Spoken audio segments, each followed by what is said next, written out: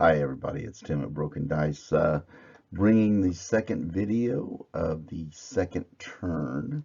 This is the Roman half of turn 2, and let's just get right into this. Okay, in the Roman orders phase, as you can tell from this picture here, there's a lot of units that are already engaged. There's not a lot going on. Ballista the Scorpion shooting was just next to nothing. So we went and we're just going to get right into the charges and stuff. And as you can see in the middle of the screen there, the only unengaged units are from the Roman center and one unit from the Iberian center. And so this is where all the charge action will take place. You can see right here, two cohorts are going to charge that unit of SCUTARII, or actually those are Iberian infantry actually, and Celt Iberian, excuse me. And then the one unit of Roman cohorts are going to charge the flank of the Iberian generals, 2 units fighting a cohort from the Roman right division. Okay, but before we get into that, I like going just from right to left, and we'll just take these combats as they go. On the far right, the cavalry combat. Again, a very near run thing, not a lot of separation in the damage. So the Romans lost by 1. They rolled, and they gave ground in disorder. Now, here's one thing that I do when I do a solo game is, as you can tell from the picture on the left, the angle of that unit would have taken it off the table, being pushed back that way. I tend to make the decision that's kind of uninteresting to me, especially when I'm doing a solo battle report like this. I think keep them on the table until something happens. But so they had to give ground. They're disordered, and then the combat just to the left of that, the Iberian division commander against the Roman division commander in their cohort. That cohort gets pushed back in disorder as well. Okay, let's return to the Roman center. And as you can see, this is the Iberian general with his 2 units of SCUTARII. They're already fighting this one Roman cohort that's both disordered and shaken. As you can tell by the little red explosion marker, they get defeated. The Iberians have won this combat.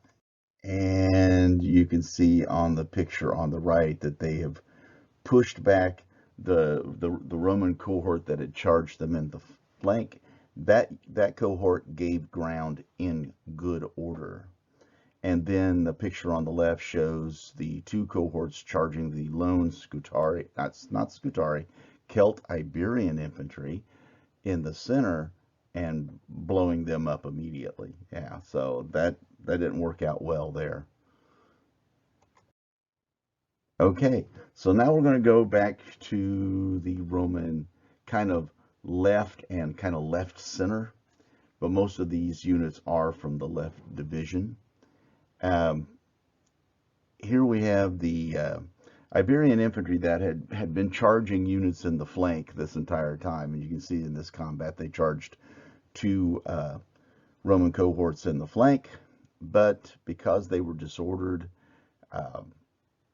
apparently this is like a prime example of a unit that's it's fought, it's won, it's pursued, it's broken down, its cohesion, it's run into another combat, and its energy is now spent. And this is great. This is what I like seeing in like a battle report, to where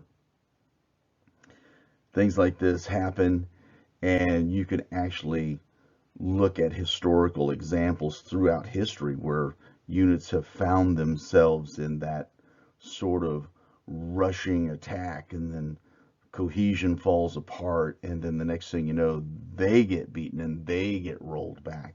And this is what happens, as you can tell on the picture on the right, that unit of SCUTARII, as victorious as it has been, has now been beaten.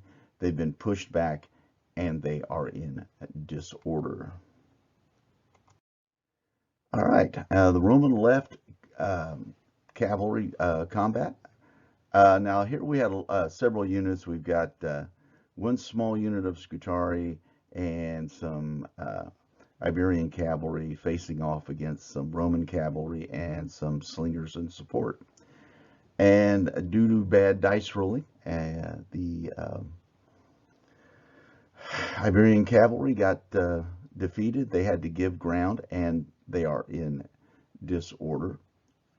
The small unit of SCUTARII, even though they were on the losing side, I think I rolled like 12 or 11 for their break test, and so they stood their ground in good order.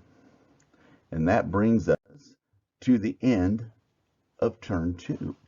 And as you can tell by this picture, there's a lot of things going on, a lot of units engaged. There are some Iberian units that aren't engaged, and that'll be interesting to see how the orders play out in the next phase.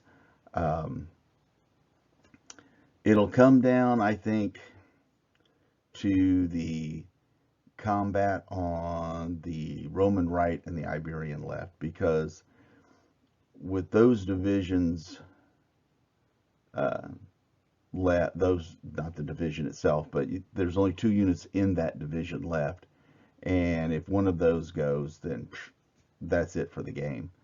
And it is going to be the Iberian part of turn 3 that comes up, so we'll see. Plus those 2 units have already won combat in the last turn, so mathematically in our heads we can kind of say, well, that's kind of a given, but we've seen quirkier things done with dice, anybody who has gamed for very long. So that's the end of this video. I hope you enjoy it. It's kind of fun playing along. If you'd like to leave a comment, please do down below. It always helps to have a little conversation going on about rules, about tactics, about historical kind of equivalence of things. I love that on the tabletop.